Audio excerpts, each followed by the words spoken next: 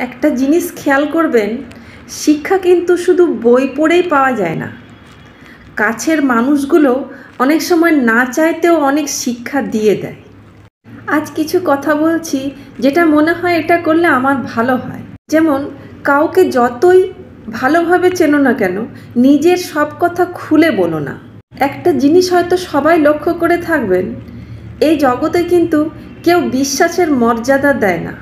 আমার তো মনে হয় প্রিয়জন তাকেই বানানো উচিত যে তোমার ব্যর্থতার সময়ে তোমার পাশে থাকবে।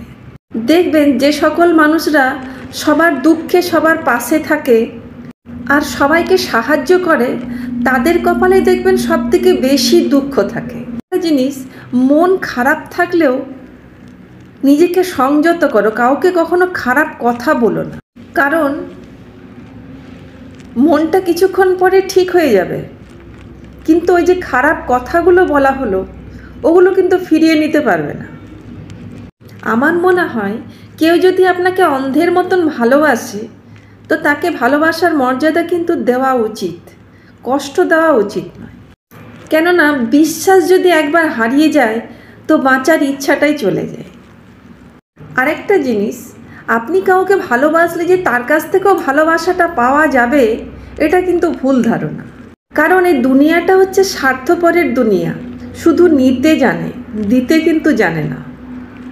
আমার মনে হয় পরিস্থিতি কিন্তু যে কোনো সময় বদলাতে পারে, তাই কাউকে কষ্ট দেওয়া উচিত নয়।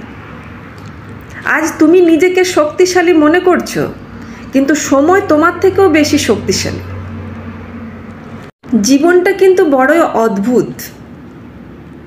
মানুষ যখন বেঁচে থাকে তখন সবাই তাকে কাঁদায়, আর মরে গেলে তার জন্যে সবাই কাঁদে। আর নিজের ক্ষতি না করে অপরের উপকার করা যায় না।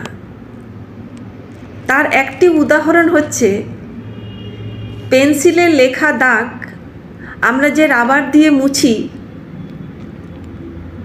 দাগটা মুছতে গেলে কিন্তু রাবারটা নিজেকে শেষ করে দেয়।